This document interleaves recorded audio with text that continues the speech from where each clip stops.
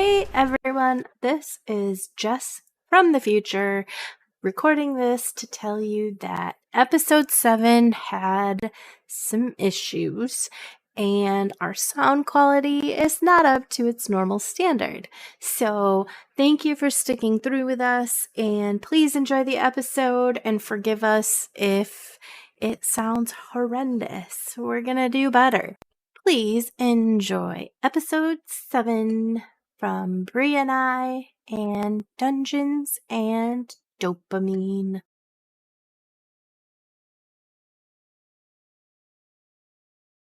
Ba-da-da-da-da-da.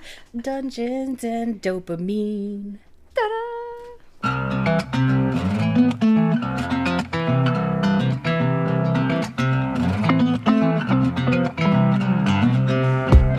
Welcome to Dungeons and Dopamine. I'm Jess Wozniak. I'm Brie Fagan. And we are here to deliver your weekly dose of dopamine. Yay! I know that we're pretty much the source you come to now, and it's okay. You don't have to be ashamed of being addicted to us. It's Wednesday's understandable. always been my favorite day of the week too. It only makes sense that it's yours now. Here we are. You're welcome. We just lost every viewer listener we've ever had. Everybody was like, click, done. None of them. They also deleted our contacts off their phones. Absolutely. Because half of them, 3/4 of them know us personally. Yes. Yes. Speaking of that, that's a great transition, and it was totally accidental, but I'm going to take advantage of it. We have some people we want to say thank you to because, frankly, we've had some really cool support.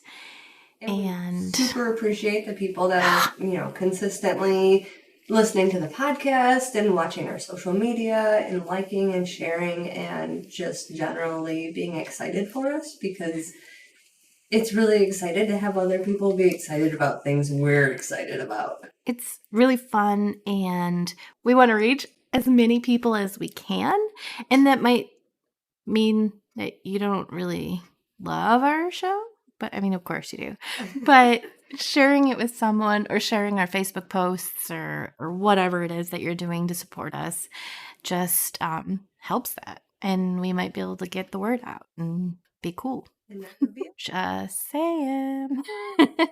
So super shout outs to John, David, our Melissas, there's 2 of them, Ryan, the husband, and Zach, the other husband, and of course Leanne, and Kathy / my bestie. And of course, Katie. We love our Katie. Katie's known about this podcast since before we were sure we were going to have a podcast. Back when it was still a dream. She used to hear me talk about it all the time. And she'd be like, well, what are you guys going to talk about? And I'd be like, Katie, it doesn't matter what we're going to talk about. And now, Katie, we're talking about you.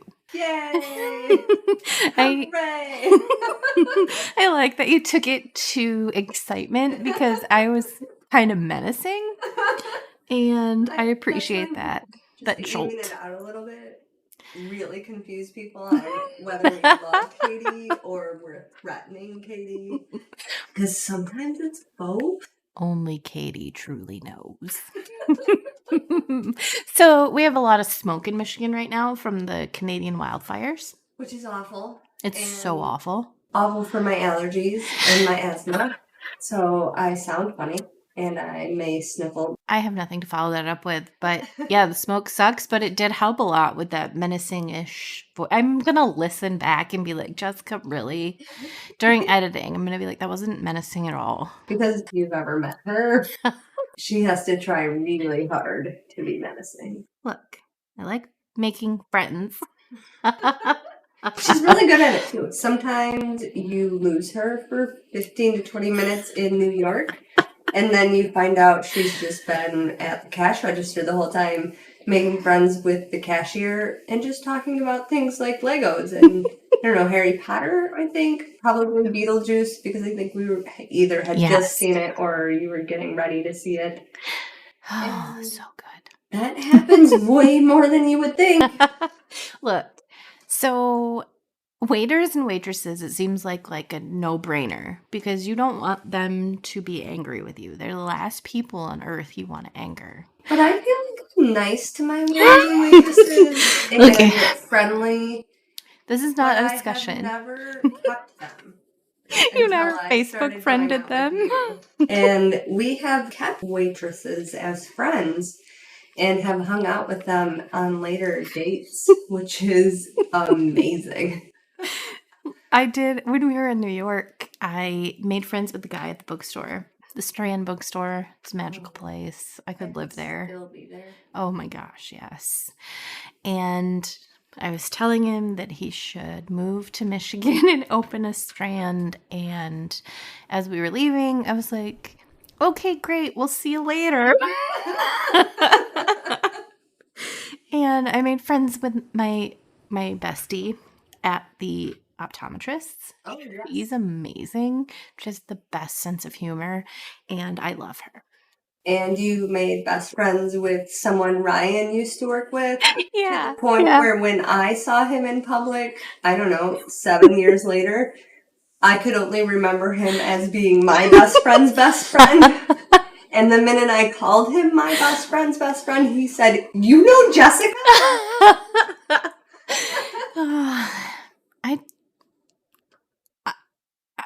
I've got nothing to follow this up with. I am leaving you speechless this week. It's true. That's impressive. It must be the smoke. It's affecting everything. It's messing my brain up. Well, that's a different type of smoke. Just kidding. Jessica doesn't. No, actually, though, that's another great transition. This episode is all about fabulous transitions by accident.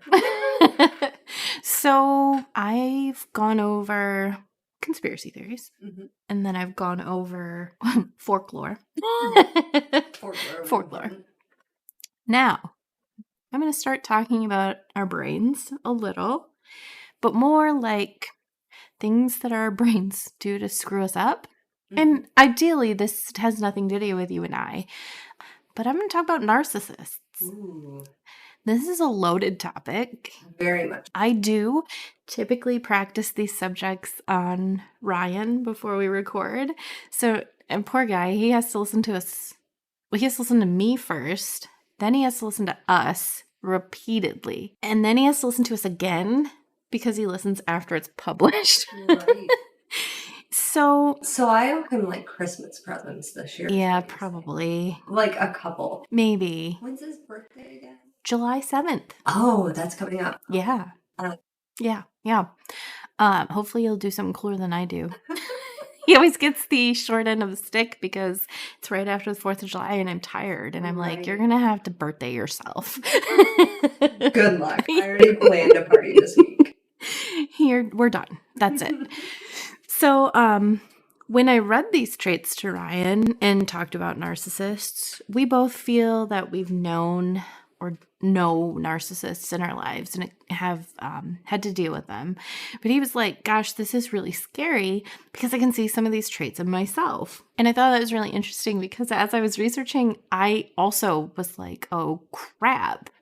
These traits feel personal. And of course, not all of them do, but sometimes my inner little Jessica with the devil on my shoulder just really likes to talk like this sometimes. So, of course, I'm no doctor. Please don't take me as one. And don't diagnose yourself because or people you love. Or people you love, exactly.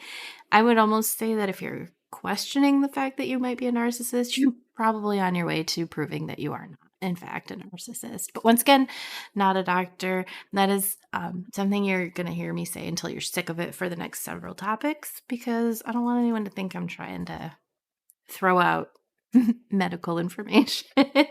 I'm just a Google master. There you go. I couldn't think of a good name, so Google Master sounds super cool. I mean, Ninja Master sounds cooler, but Google Master works. We have to settle for Google Master. Yeah. Better than Jeeves Master. Just Don't diagnose yourself. Don't diagnose people you love. I'm not a doctor, okay? I'm not a doctor. My next Facebook post is going to be me with like an MD. Not MD. All right. That guy's voice from the end of whatever. It's like the company that does Scrubs, the show.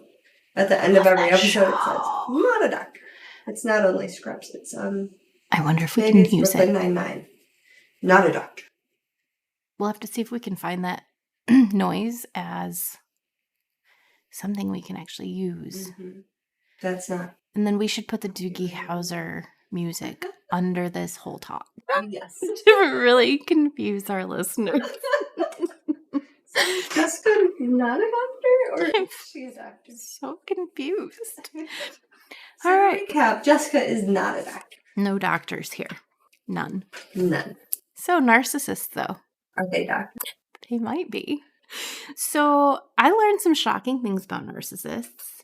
For one, I'm going to preface this by also saying, besides everything I've also already prefaced this with. I have a whole list. A whole list. Like that lady in the commercials, and just read it really fast. It's mostly just that. And then I'm going to read the definition of narcissist from Wikipedia, and that's going to be the end of my whole spiel. Very informative. Exactly. You're welcome. But I think the word narcissist gets bandied about a little bit too easily. I think it's so easy for people to use it like, well, Janet always eats the last brownie, and so she's a narcissist. No, Janet just likes brownies, and you're slow, so she ate your brownie. She's hungry. Her kids eat all her brownies at home. Yeah, this is the only chance she has. Mm-hmm. So, stop it. And I think that when we use a word like that, like the word awesome, I think probably used to mean something way, way bigger and way better, like whales or giant castles. And now we're like, did you see my dog sit? That was awesome. I don't know why it's like a weird accent. There's my... Thank you. That was my offensive accent for the show. I have to have one a week. Let me know what you want me to do next week. Taking suggestions. Exactly. So I do think it's too freely used. We throw it out there. I agree. Narcissists do seem to be everywhere. Mm-hmm. It seems like you can't go very far without running into one. Now, statistically people are being diagnosed with narcissism more than ever. Mm-hmm. And that's mostly attributed to like our culture. And I don't love the phrase boomers. Like, I understand that baby boomers are a generational thing. Like millennials, we fall into millennial. So I don't just mean this by like, okay, boomer. But the actual generation. Yes, actual baby boomers grew up in relative comfort. They didn't face a lot of really horrible circumstances. They didn't have any of the world wars. So they would have seen like the Vietnam. Mm-hmm. Yeah, like the foreign wars. Yes. My grandpa fought it. Yes. And I think the difference would be, for what, Americans didn't really support the war in Vietnam. Right. We didn't want to send people there when there also wasn't, and I'm not trying to minimize the lives that were lost, but it wasn't the loss of life that we faced in the two big world wars. Mm-hmm. Boomers just had a little easier. When things are easier, it's much easier to look out for yourself only. So you and your family are more important than your neighbor. Whereas during war, you helped your neighbor because you had to war. Yes, you had to band together. Yeah. So they attribute it to that, and then also idolizing people, celebrities and things like that. We have such an idolizing culture, and I'm not putting anybody down because I'm the same way. Like, Pedro Pascal, Henry Cavill. Yes, please. But it's different now. Yes, and we put them on a pedestal, and they can do no wrong, and they get all the money. Yes, and just give them all the money. Yes, we do. Yeah, and like Disney and stuff like that. And I'm not saying that's necessarily dangerous. It just can really lead to narcissism. This whole thing falls under narcissistic personality disorder. It is a mental health condition in which people have an unreasonably high sense of their own importance, which I think we kind of knew that. They need and seek too much attention, and they want people to admire them. People with this disorder might lack the ability to understand or care about the feelings of other people. But in reality, they are not sure of themselves. They don't feel good about themselves and thus blow up at the first sign of criticism. This really surprised me. Narcissists typically look really impressive on paper. In their belief, they need to do the best. They need to do better than everybody else. This is especially true in like corporate culture. You'll notice that narcissists typically get promoted really quickly because they put in the hours and take the time to get ahead because they don't care if they're hurting anybody else. The big problem is that when a narcissist hits that goal, whether it's an imagined goal that's just in their head or a real goal, they stop trying. So they don't care anymore. They also make horrible leaders because they typically think that people below them are worthless. So those are your bosses who speak to you like you're trash. Horrible leadership where they'll tell you one thing and then they'll throw you under the bus the next moment after you follow their instructions. Yes. There's no sense of teamwork, community. It's so frustrating, even just to read about it on paper. It makes me want to scream. Now, this does affect more men than women, but women absolutely fall into narcissistic personality disorder as well. It does typically begin in in older teens and young adult. Something I thought was really funny and rang very true for me was that children will often have narcissistic tendencies throughout their childhood. Oh, for sure. I'm like, yeah, that toddler wants nothing but everything of their own. Oh, those years. So it's very important, and you want to be really careful that you're not trying to pin this on like your 4-year-old who doesn't share his toys because he's an only kid, or your 6-year-old. They're just running on instinct. Exactly. They're just feral, tiny humans. You actually have to teach them that they have to care about other things. You don't need to start being worried about it until they're like teenagers or so. So, narcissists in general are also very unhappy. They tend to think that people owe them, regardless of not earning it. And narcissists don't often get help. They don't seek help because it's all your fault. It's not my fault. I didn't do anything wrong, and I will figure out a way to pin this on you instead of myself. I will not look inward. Now, there are, of course, different levels of narcissism. Not all narcissists are going to display all of the same attributes or at all of the same severities, I guess is a good way to say it. Now, I did find, and I'm just going to read this as a list because I think it's really good. The Mayo Clinic on their website had a really good list of symptoms, would be the best way. And it's not like sneezing and stuff, but it's still symptoms. I caught the narcissism. Exactly. Shoot. Don't get too close to her. She's got the narcs. So this says symptoms of narcissistic personality disorder and how severe they can vary. People with this disorder can have unreasonably high sense of self-importance and require constant, excessive admiration. They feel they deserve privileges and special treatment, expect to be recognized as superior even without achievements, make their achievements seem larger or bigger than they are, be preoccupied with fantasies about success, power, brilliance, beauty, or the perfect mate. This one calls me out. I already talked about Henry Cavill and Pedro Pascal. And Ryan, of course. Right. Husband. They can also believe they are superior to others and only want to spend time with people who they feel are equally or more superior. They can be critical and look down on people they feel aren't important. They require extra special favors, which they expect people to do without questioning them. They take advantage of others to get what they want. They have an inability or unwillingness to recognize the needs and feelings of others.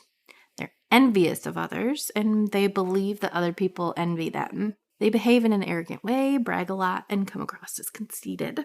They also insist on having the best of everything, which would include like the best office, car, or pet. Now, at the same time, people with narcissism have trouble handling anything they view as criticism. And if you do criticize them, they can become impatient or angry, have major problems interacting with other people, and feel slighted very easily. They might react with rage or contempt and try to belittle other people to make themselves seem superior. They might have difficulty managing their emotions and behavior, experience major problems dealing with stress and adapting to change, and withdrawal or avoid situations completely in which they're afraid they might fail.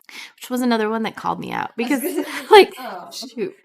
Yeah, exactly. Yeah. That one's me.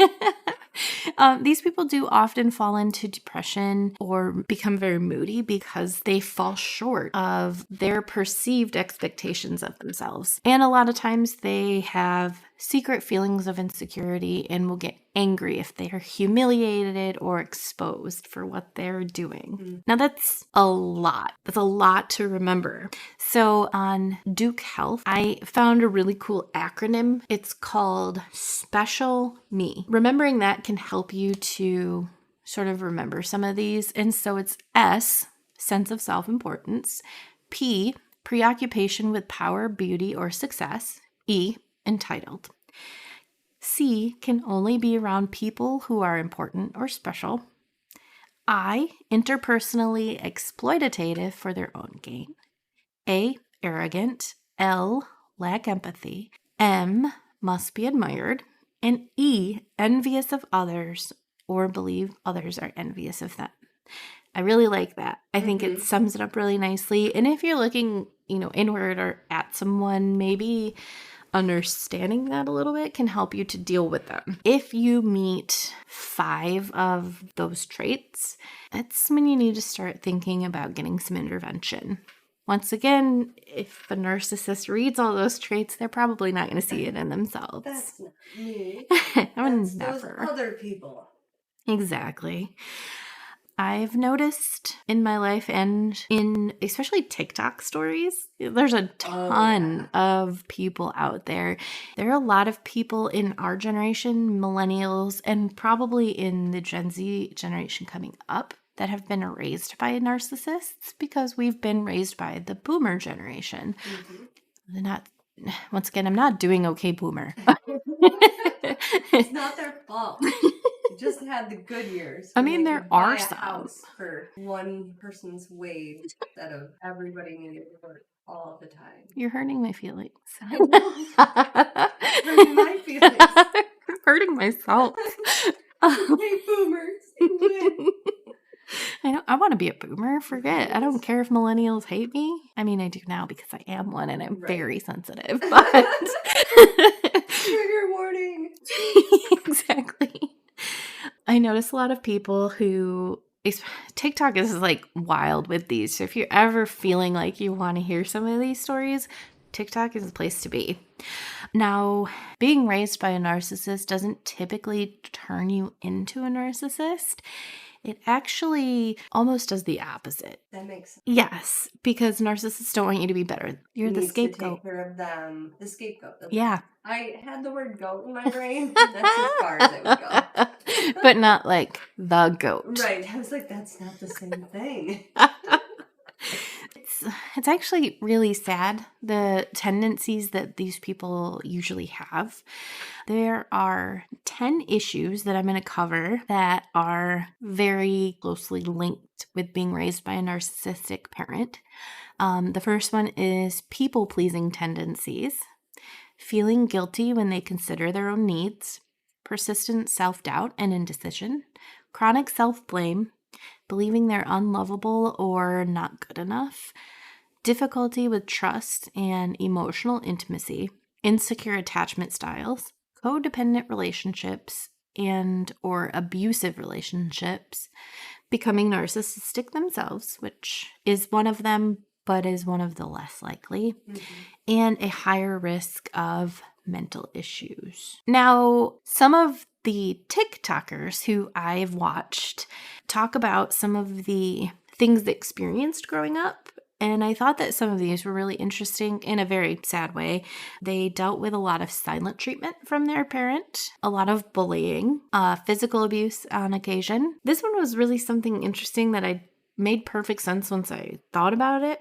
And that was having to conform to that parent's idea of a perfect family or home. So having to keep their bedroom spotless or always being dressed to the nines, having perfect makeup or whatever that particular is. sport. Yes. Doing well and Yes. All A's. getting into a certain college. Yep. Being in all the theater productions and being at the top of the bill, kind of thing. So they would also have a home parent and a public parent. I've heard that. Yes. And a lot of times that public parent seems amazing. And I think we're all a little bit like a home parent and like I am. If Carly does something horrible in public, I'm not like, get your butt in here. That's exactly how you sound at home. Exactly. Absolutely. And I can remember being naughty as a kid and then getting that like hot mom breath on the exactly. The whisper in the ear, if you don't shape up. Yep. And that's okay. This is a very severe mom home versus mom public kind of thing, not just the I don't yell at my kid at the grocery store, I wait till we're in the car kind of thing. Like the I don't pull my kid hair in public, but I do at home. Exactly. Yes. A lot of gaslighting, which has become such a popular buzzword lately. Yeah. Love bombing. I don't know if you've heard of that one. It is when they will upset you or hurt you or you will upset or hurt them and they will take it out on you. And then they will start sending or purchasing you gifts, or maybe it's not even, maybe financially they can't do that, but they can leave you little love notes or make your school lunches and things like that. Yes, I'm so sorry this happened. I got you. Yes, I got you the new iPhone because they threw your phone against the wall and broke it. Yes, absolutely. This one kills me. Extreme measures of taking the attention away from them at events. Two of them that I heard, a mother who faked illness or something on every one of these man's anniversaries. The most recent one was they were planning to leave town and his mother called him and she was bawling. I need you to come here. I need you to hurry. It's an emergency. And when he got there, his mom was sitting in the living room watching TV. She needed him to move a table. And this wasn't just a one-off thing. This was every anniversary. But this also will happen on things like graduations, stuff like that. And then the other one I heard was the mother faking a heart attack while her grandchild was being born because no one was paying attention to her. They were paying attention to the birth mother. These, they pain me. I can't even imagine. Now, this is another really sad thing. A lot of these kids live in constant hope that their parent will change. Because when the good times are good, they're really good. But they usually don't. They learn that love is transactional. The more you do for me, the more I will love you. And a lot of times they end up low contact or no contact with their parent, or with both, because sometimes they do feel their other parent has enabled the behavior. Narcissists aren't just parents. They can be in romantic relationships. It's very challenging to be in a romantic relationship with a narcissist. Oftentimes they start off really fun and really impressive because they want to be the best date you've ever had. So they know all the right things to say. They know all the right places to take you. They're going to pour their money on you, all of that kind of stuff. You're going to think this is amazing. And then it changes and they will start to judge you and they will start to criticize you, and occasionally they will start to try to transform who you are as a person. It's very dangerous. Oftentimes in a relationship, they'll impress you at first, and then they'll start to slowly devolve into these behaviors, making every conversation about them. Which I have a really hard time with because of my ADHD. Right. So we relate to every story by telling a story where we also felt that way. Yes, exactly. And I feel like I'm being endearing and like you said, relating to them, but really I'm just being a jerk and being like, I don't care about your story. Yeah, but listen to my story. Exactly. Yeah, I struggle with that too. They do expect preferential treatment. They act like they're more important than others. They feed off compliments from you and from others. They show little concern for your feelings. They're very focused on their superficial matters, their car, their looks, their clothes. They have very few, if any, friends. They're charming when it suits them. They're very sensitive to your criticisms. They are often very manipulative. So you will also experience narcissism in friendships. I feel like I've well covered a lot of the traits of narcissism. So if you think you may be experiencing narcissism in a friendship, if they're insulting you all the time, or if when you're done hanging out with them, you don't feel better than you did when you left to go hang out with them, you might want to just dive in a little bit and see if they might be a narcissist. And or if you feel like the friendship is one-sided, or any relationship. yes, Basically the support person. You're always in the background because they have to be the main character all the time. Yep. Or if they're bringing you down around your other friends because they have to be the best. Yes. Don't look at her. Yes. I'm better. amazing. So just, look into some of these next tactics. What another great segue. This is just the episode. This is better than segues. Or better than transitions? Better than transitions. Better than segues. One of those is going to be great. Segues or segues. Yeah, I think that's going to be it. This is better than segues. Dealing with a narcissist can look a little bit different depending on the situation that you're in with them. If it's a relationship, you're going to deal with it differently than you are if this is your boss or a coworker. And of course, you're going to deal with it differently if it's a parent. Even like we would have very different experiences with a narcissistic parent than a 15-year-old would. Right. Because they can't just walk out. They can't go no contact. Exactly. They're very dependent. They have to stay legally. They can't even walk out yet. So some of the tips with dealing with a narcissist, number one is to learn.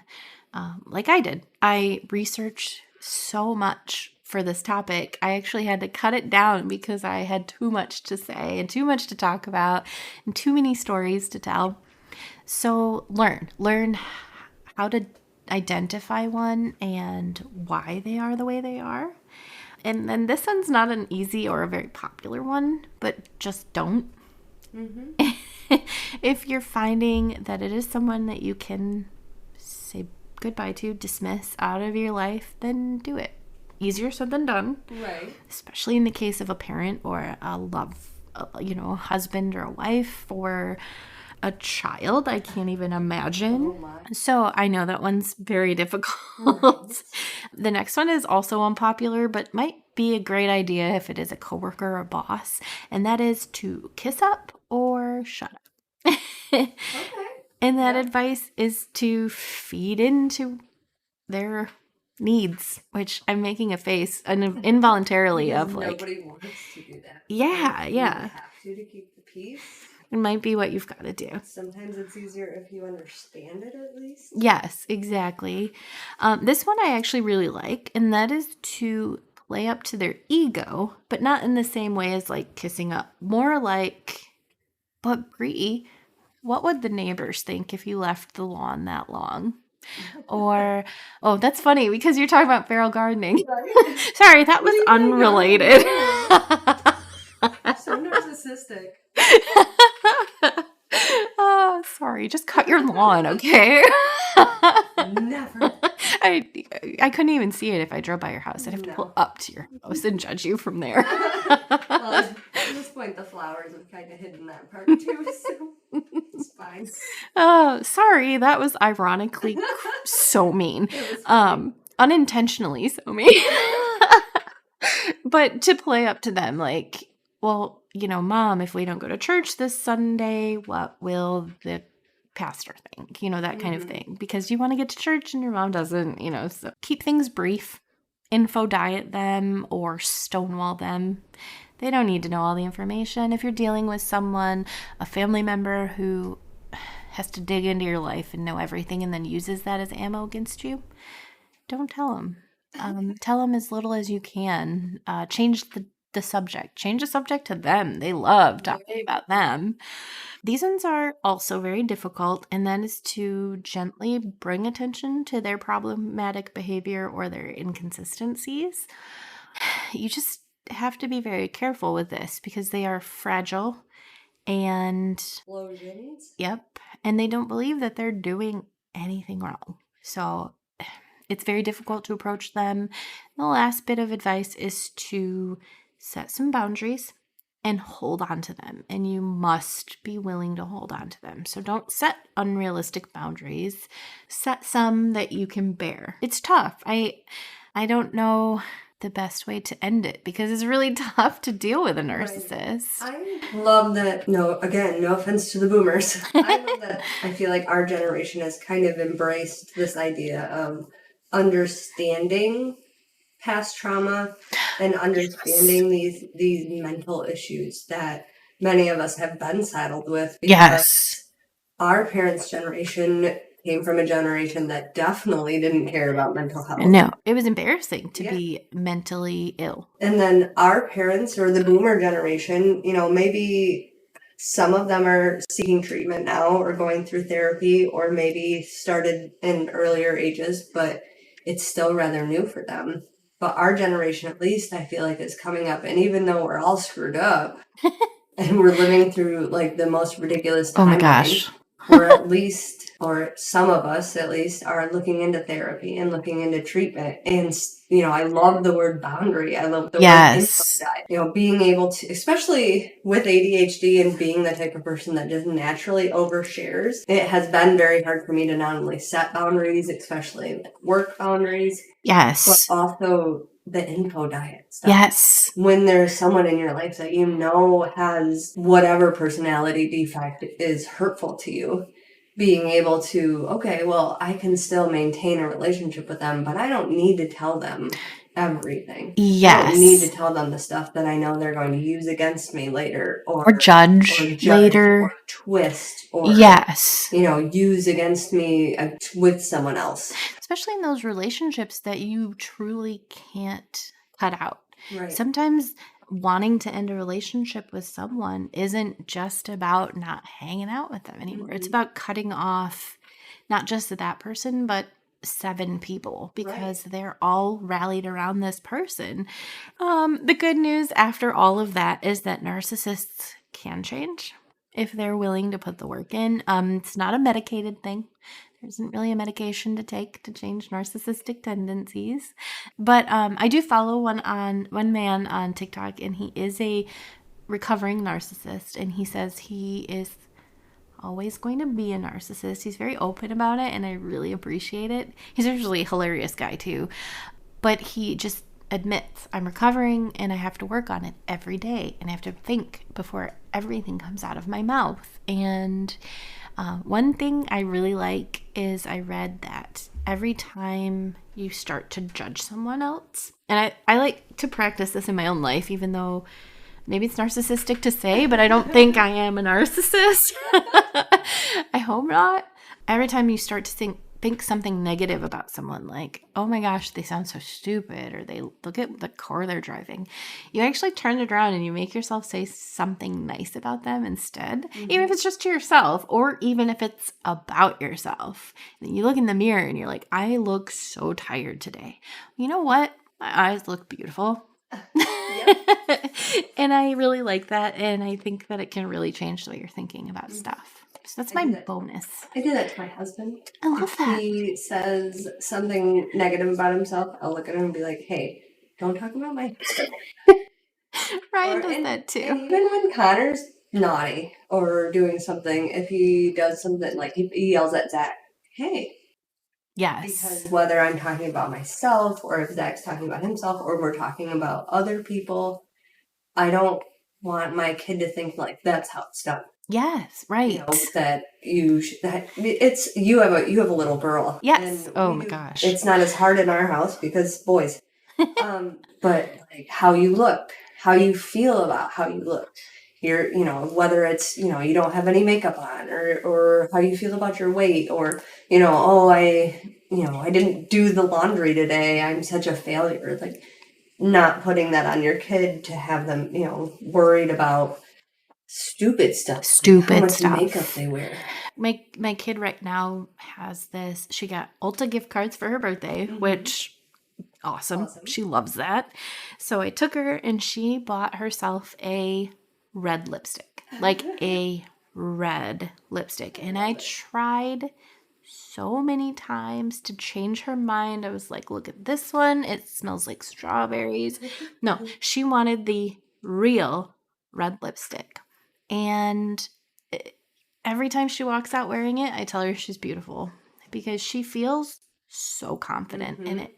And I still won't wear red lipstick. Yeah. I'm very confident about it because someone some days at some point told you it was too much or something. Or I used too much or my teeth looked yellow. Yep.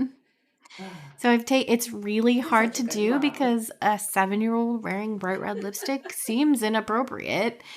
But at the same time, you know what? She walks out and she feels amazing. That's so cool. Exactly. And like, who am I to tell her no? So I have started saying like, okay, well, I don't think that this is a red lipstick kind of event. Like trying to teach her. Yeah. Like we're just going shopping at Meijer.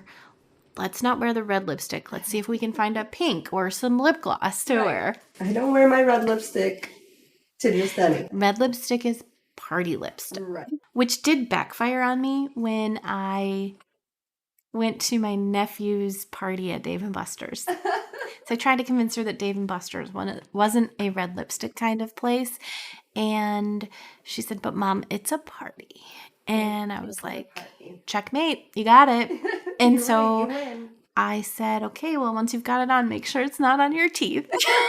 Which is a good lesson to learn. But it is hard to, I don't want her to hate anything but herself. Ever. And so, yeah, anyway, I don't really know where I was going with that or where we were going with that, but narcissists are difficult. Yeah. And now you know all about them. Now you can pick one out of the crowd. Exactly. Just kidding, we're not doctors. Not doctors. I am not a doctor. I'll never be a doctor. I could be a doctor someday. You never know. That might be your hyper focus next week. Shoot. And maybe it'll stick. I mean, you do get obsessed. For years. And that's how long medical school takes. Neat. And so much money. Yes. This podcast needs to get real big real fast. Do you hear that, people? We need more listeners because Jessica needs to go to medical school. Jessica Wozniak, MD. Yep. She's going to need to make enough money to not have to work. Because I just can't have her trying to work and go to medical school and have a family and podcast and do my social media and have a podcast. I really feel like that would stretch one too many. One too many. Yeah. Step up. Maybe now is when we make a Patreon. Yes. End of episode. We're done. Check out our Patreon. Thanks. If we ever start a Patreon, it won't be to send me to medical school. I just want to, I don't want someone to make a big donation being like, Jessica, this is going to help you so much. So buy all your books. Into podcasts and wants to go to medical school. Here's this scholarship, very specific, just for that reason. What a wildly specific thing to want. I need a podcaster who wants to be a doctor.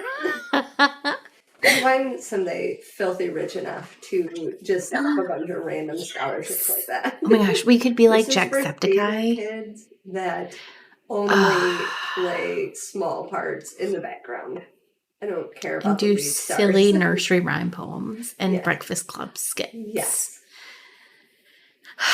Jacksepticeye and Markiplier. They're very wealthy dudes that do video game streaming and stuff. I think that most people know the names because of how big they are. They do those things where like they log on to somebody's Twitch and donate 10 G's just to like catch their reaction and stuff. I would absolutely be that type of rich person too. Oh, I would love that. Or like leaving like way too big of a tip. Yep. Ugh. That if I was ever one of those rich people that end up poor 10 years later, like if I won the lottery and ended up in the newspaper a few years later because I lost it all, it'd be because I was like leaving $10,000 tips on like a coffee bill. You'd have to go back. Like, I'm gonna do this everywhere. This made me happy. I would be so popular. I already make the friends, and then I could buy them and keep them forever. I'd be like, come to my commune. I'll put you in a house. We can be friends forever.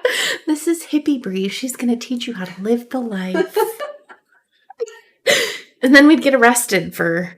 cults. Yeah, cults. Well, we should topic cults. Ooh. Don't write that down. Yeah. Speaking of that... I have a topic.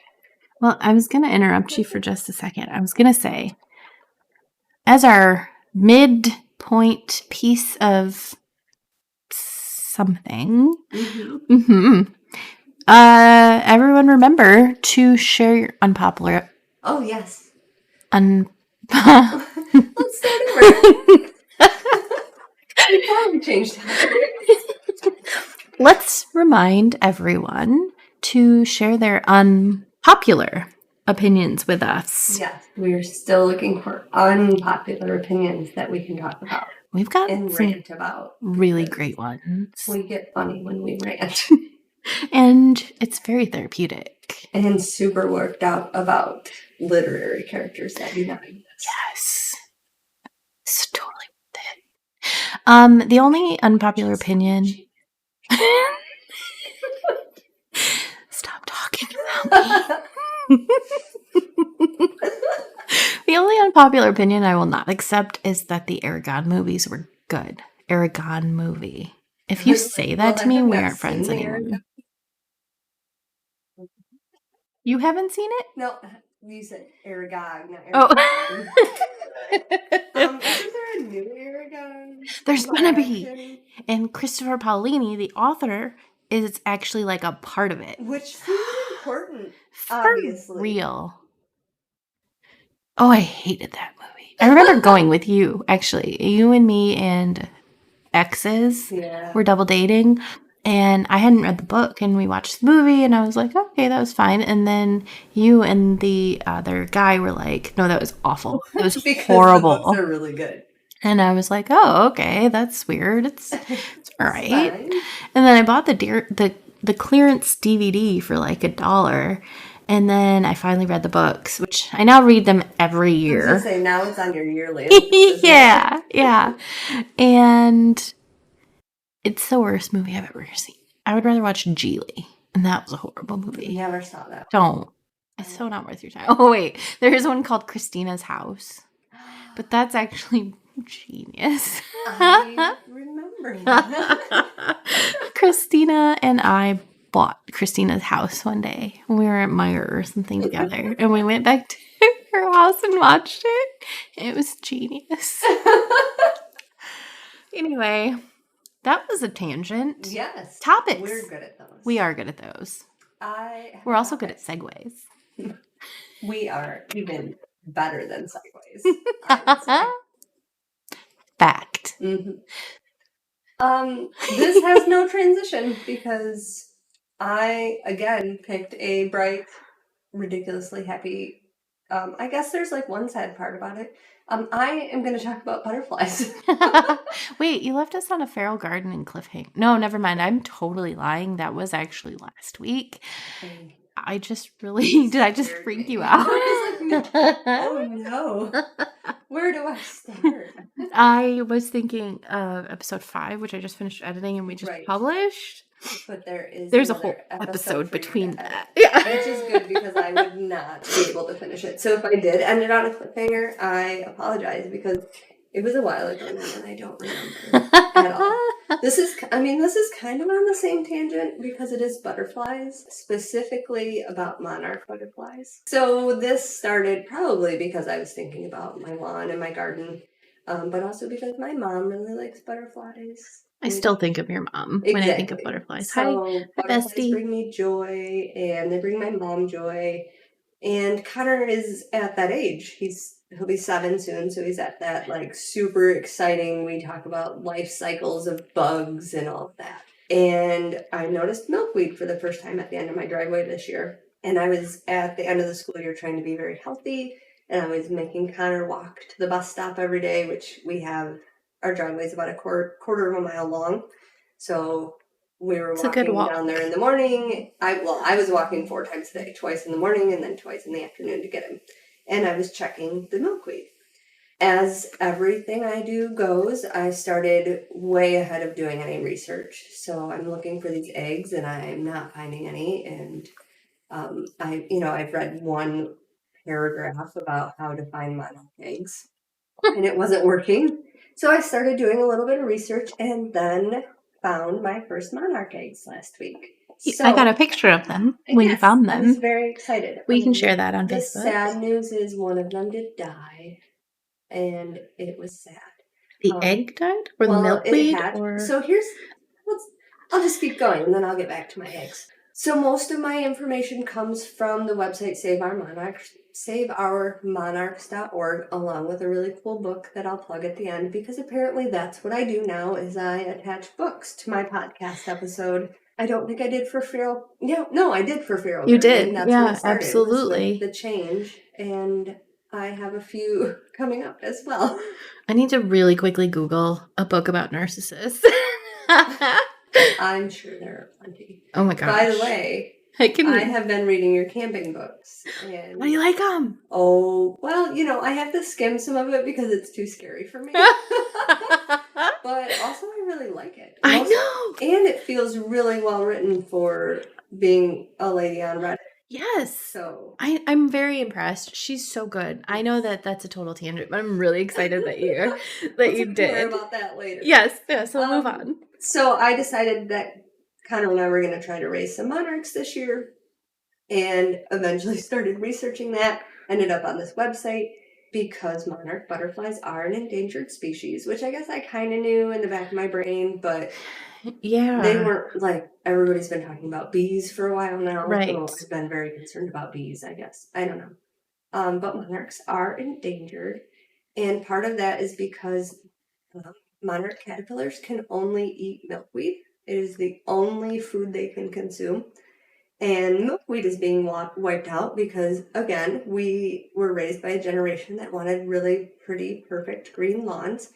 And milkweed is called milkweed, so it must be a weed that has to be pulled and destroyed. And, pesticides kill butterflies and all the pollinators. And basically, we've just been slowly destroying the earth for the last, 50 years or more. 50?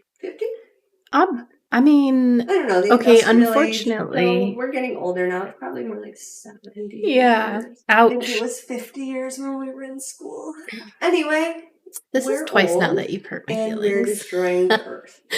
And that is leading to a lot of pollinators being an issue, but specifically this one is the monarchs. The cool thing about monarch butterflies, they are the only species of butterfly that migrate. Okay, yeah, I've seen photos of that. A giant migration. All the way from Mexico to Canada every year. I'd love to be in the path of migration. Right? And it used to be, and so we know that monarchs are endangered because it used to be like millions of monarch butterflies would settle in these groves in Mexico where they hibernate. they hibernate. Didn't know that either. Yeah. And then they wake up from their hibernation and they start this migration. And the crazy thing about it, which makes sense because we know that bugs don't live a long time. Right. So I was like, well, how are how are butterflies migrating from Mexico? But it's actually a generational migration. So these butterflies wake up from hibernation, they get as far as they can. They find the milkweed in Texas and they lay their eggs, and those eggs hatch and eat the milkweed and become monarch butterflies, and they fly as far as they can. And it's every year it's like a 4-generation cycle. I was going to ask if you knew how many generations they were. And usually they live, 2 to 6 weeks ish. But that last generation, so usually the generation that's born in like Michigan, Canada, this area, lives much longer, like 6 to 8 months. But it's because they go back to Mexico and they hibernate. So, a bunch of the time that they're alive, they're actually hibernating and not really living. But they live for a long time considering they're bugs. So monarchs, they're important to us, not only because they're pollinators, and we know that we need more pollinators these days because that's, where all our food comes from, is where all of these different plants being pollinated.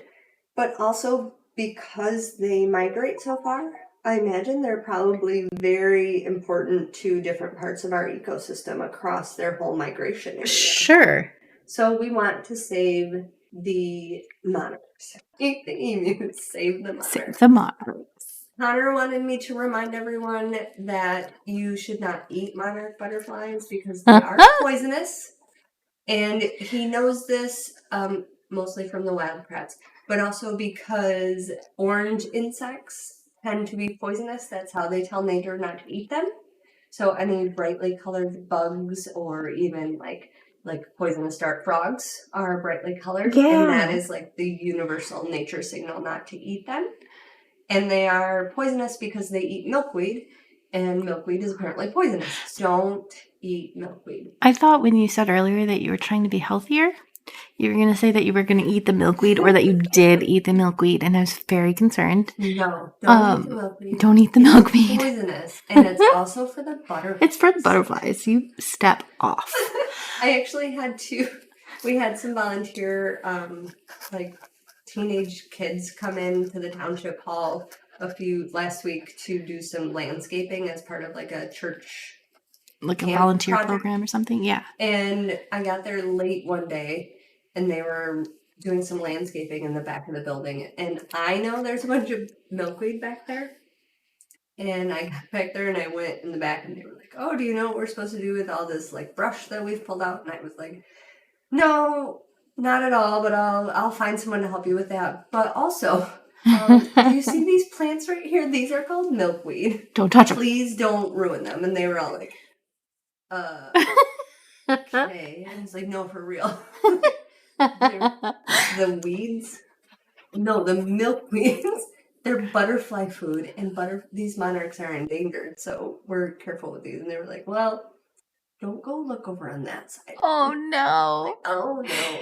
Do you know how many monarchs you just killed? But then I found my monarch eggs there 2 days later, so it must have been. So you did, yeah. Maybe the brush they cleared out helped the butterflies find the milkweed. They were great kids. So you remember how you were talking a few weeks ago about how you would be very likely to follow the lights? Yes. So I like bright colors, and so you would eat the monarchs.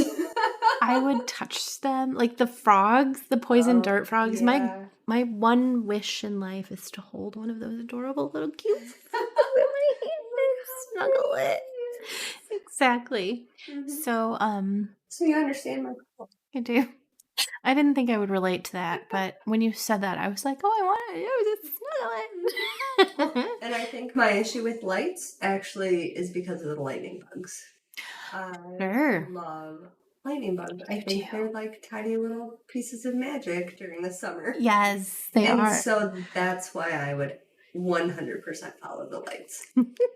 So we make a really great team. We should never go to the rainforest. Or the campground.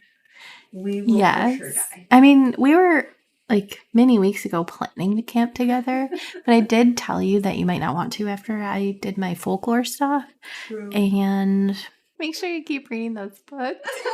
Well, now I have to know all the rules so I know how to protect myself. Then rule number 1 is don't follow the lights. You're already screwed. It's rule number 3, okay? At least you'll know. I don't remember what rule number 1 is. Yeah, I'm not sure either. Rule number 1, follow the lights. Anyway. Yeah, anyway. So, monarchs. Another interesting thing I learned when I was finally researching is the monarch life cycle is actually pretty much quicker than I thought. I don't know why I thought butterflies took, like, time to change from caterpillars into butterflies. But the eggs are only eggs for like 4 to 5 days. And then they hatch into these tiny little, you can barely see them. I'll share pictures. Perfect. Caterpillars. And they're really only caterpillars for 2 weeks. Wow. And they double in size like every couple days. So the cute book that I will also link with this episode, which is a step-by-step kids book. I was going to say, I hope it's the Very Hungry Caterpillar. And he ate it. And he ate some plums. Sorry, I just played footsie with you. Don't even have the name now, but it's a super cute, like, step-by-step how to really raise monarchs book for kids on Kindle. It was $10. Because it's a kid's book, they had lots of cool facts in it. And they said if a human grew in size the way a caterpillar does, you would grow to the size of a school bus within 2 weeks. Holy cow. So that's how much, like, they're doubling in size every day or so. Wow. And then when they switch into a chrysalis, there's like, they have it down to the hours. There's like 14 hours where the caterpillar will climb to the top of the enclosure and hang in a J position. It holds its little head up. And if you catch it at just the right time, you can watch the pupa form. Like, it just comes out of their skin, and you can, like, with your eyes, watch this happen. That both intrigues and completely freaks me out. I know. I'm going to have to take the day off work. Like, I'm going to wake up, I'm going to see that my caterpillar is in the J position, and I'm just going to have to stare at it for guys, I can't maybe do a full anything. 14 hours until this happens. Right. It's the only reasonable thing. I mean, you probably really should set up a camera so that we can all share this moment with you. Because otherwise it's very narcissistic of you not to. I really need to think of the others. That will be all about that, I'm sure of it. Perfect. So just don't do volume in case. Let's write that down. And then they turn in, they're the chrysalis for how many days? Not very many, 10, I want to say. Yes. And you can, again, if you keep a close enough eye on them, you can see when they're getting close to hatching or emerging from their chrysalis, because you'll actually be able to see the pattern of the wings through the shape of the chrysalis. And the book gets really detailed. Like, again, you can sit there and watch and see it emerge. It usually takes like a minute. And it happens early in the morning, so hopefully it doesn't happen on like a Sunday when I get to sleep in. But then they have to like stay in the enclosure for a couple hours because their wings are really wet when they first emerge. Oh. So they can't fly away right away. And this is probably where like a lot of monarchs are murdered in their very early days or minutes of life because they can't do anything. And everything I read also, by the way, super encourages raising monarch butterflies. Because, a lot of times we're told with nature, like, leave it alone, let it do its thing. Yeah. But we're so worried about these butterflies that they encourage it because it's safer for them to be raised in captivity than it is for them to be out in nature. And the funny thing is, you are actually the second person I know very well who is going to do this. I had a couple people, probably during COVID, that did it, and that I was Facebook friends. But Connor was still really young, and we didn't have any milkweed nearby, so it just wasn't on the list then. But it's like Connor learned about it in school this year, the butterfly life cycle.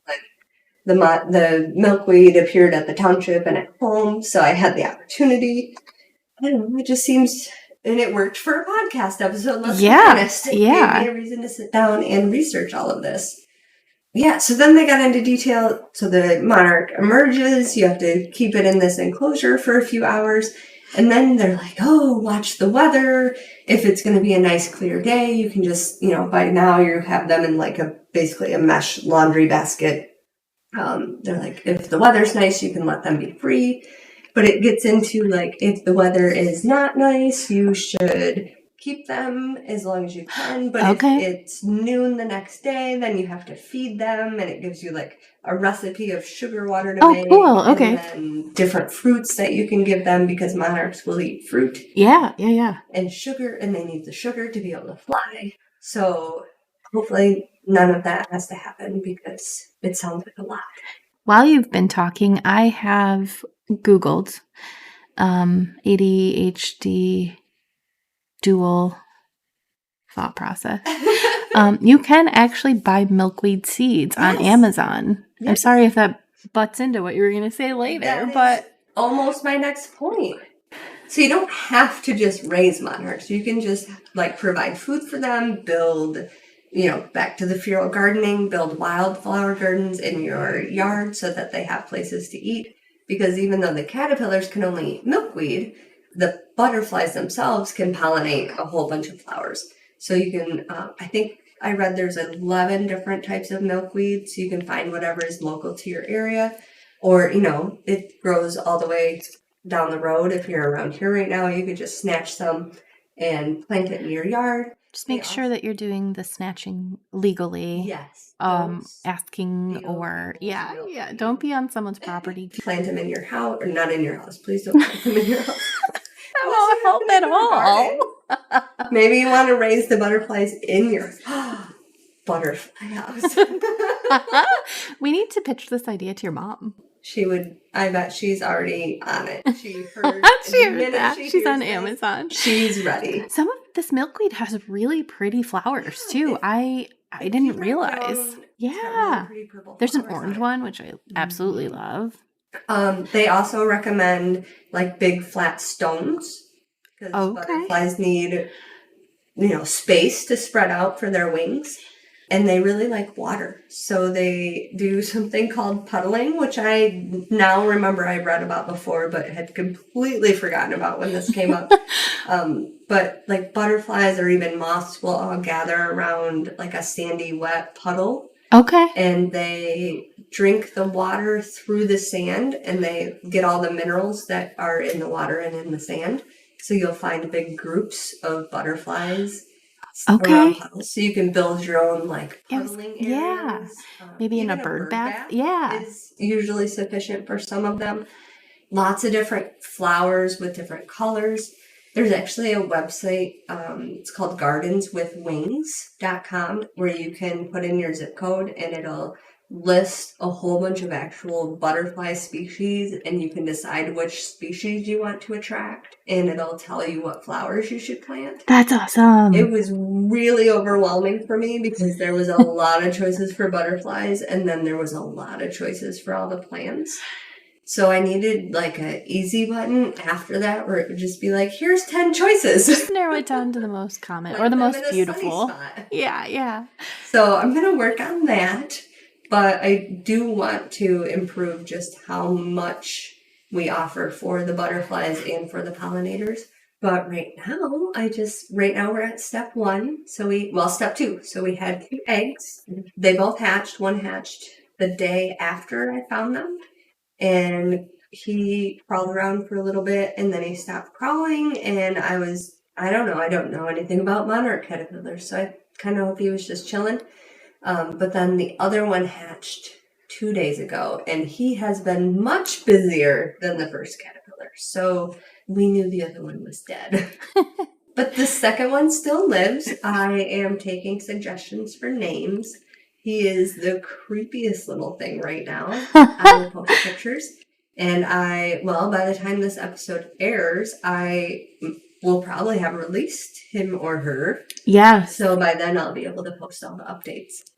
But like I said, they grow very fast. I'm only a couple weeks away from having a monarch butterfly to release.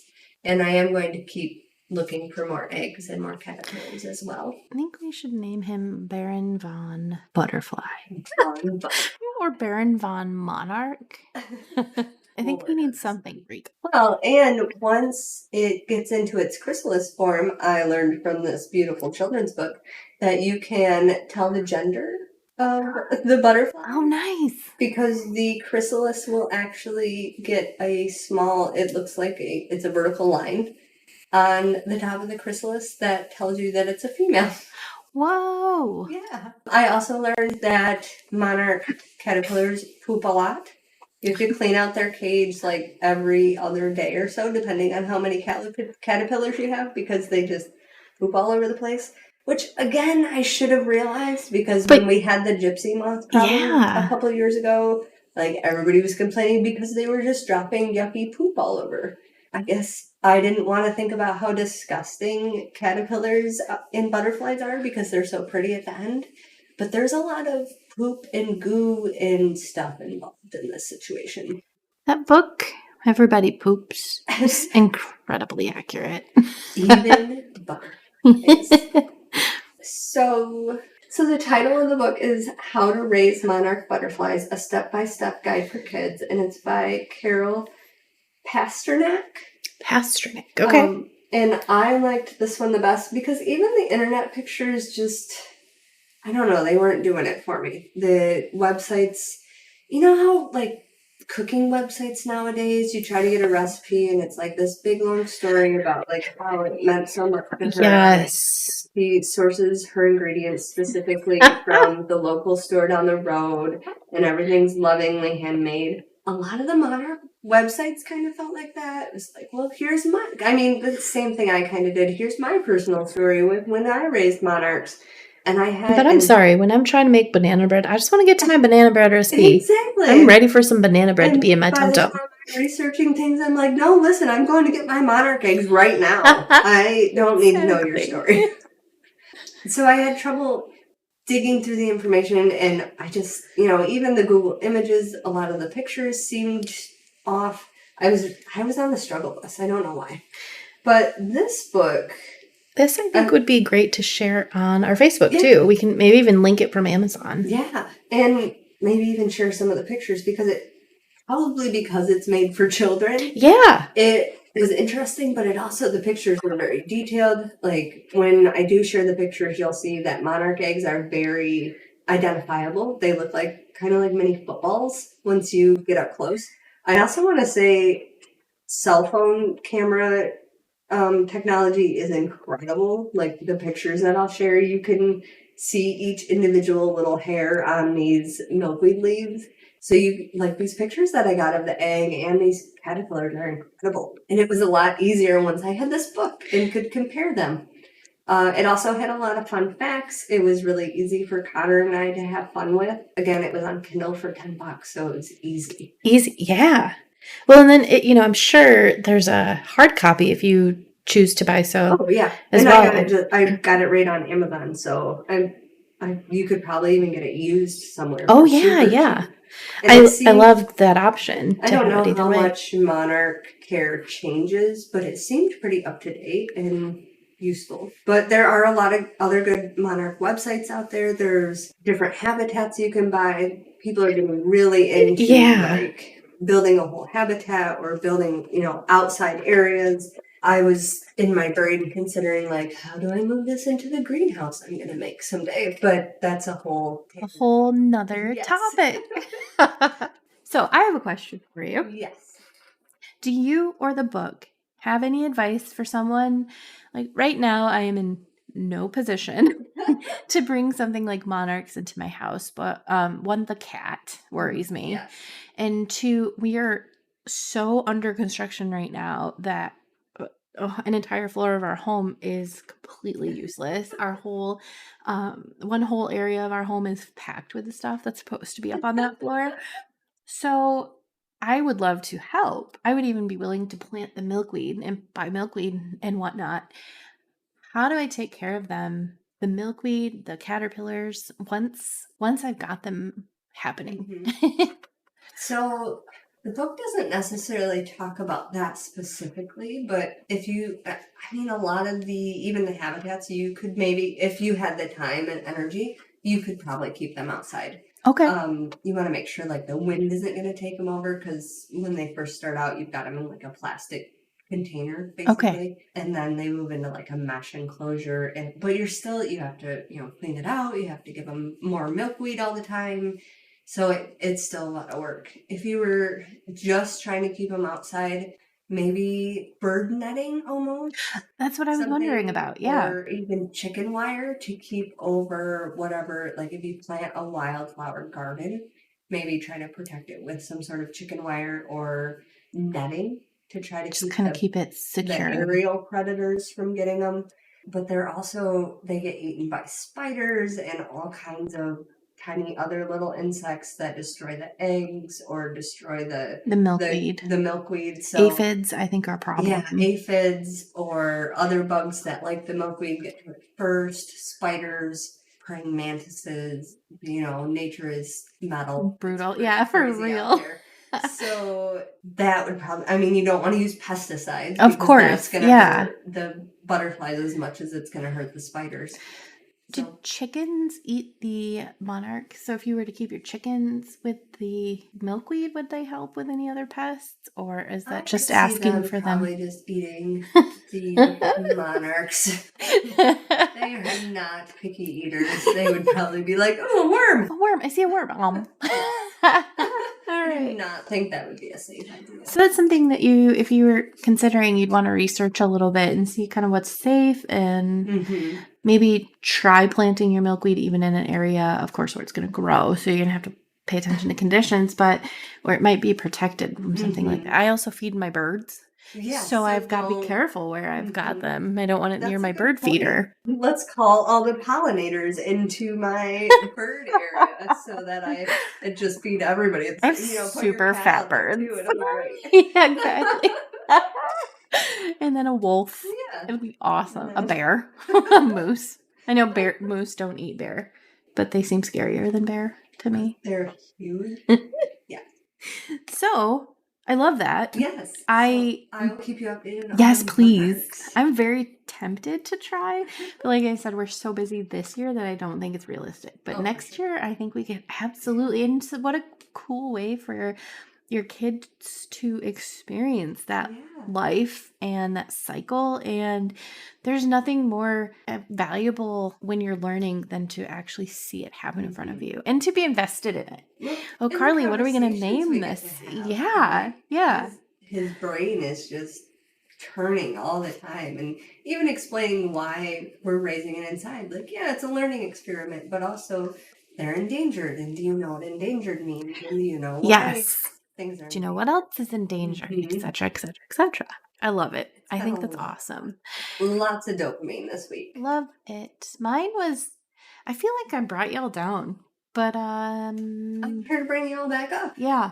And hopefully you've learned, and you cannot let someone narcissistic take the part of the dopamine. It's just the learning.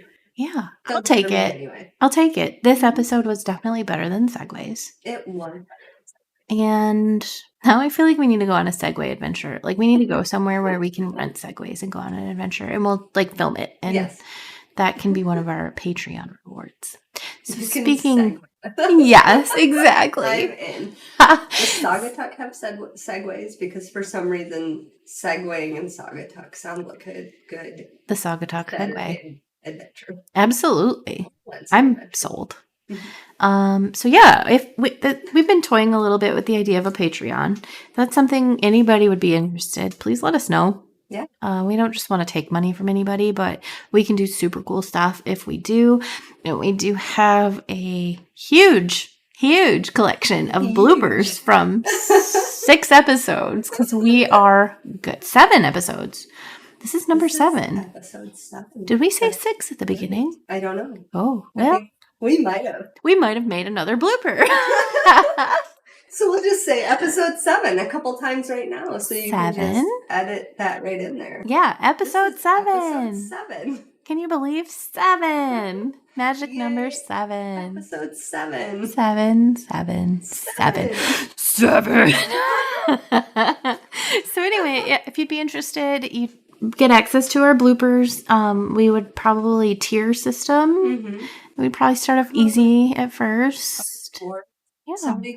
I'm sure somebody could make us t-shirts. Yeah.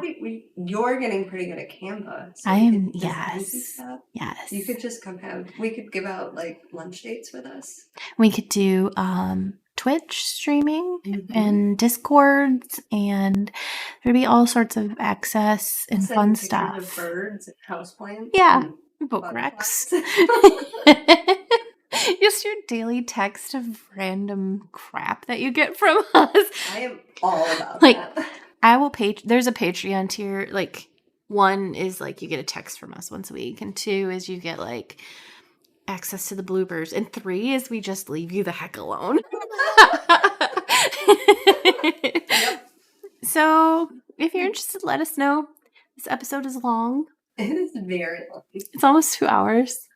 We have a doing? lot of editing. Slowly.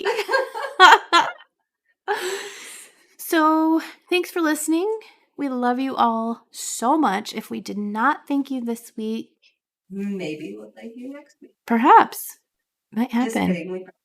We appreciate all of you. We appreciate all of you. Even if you aren't showing up on our Facebook, commenting and stuff, thank you for listening. I cry when I see we have over 100 listens.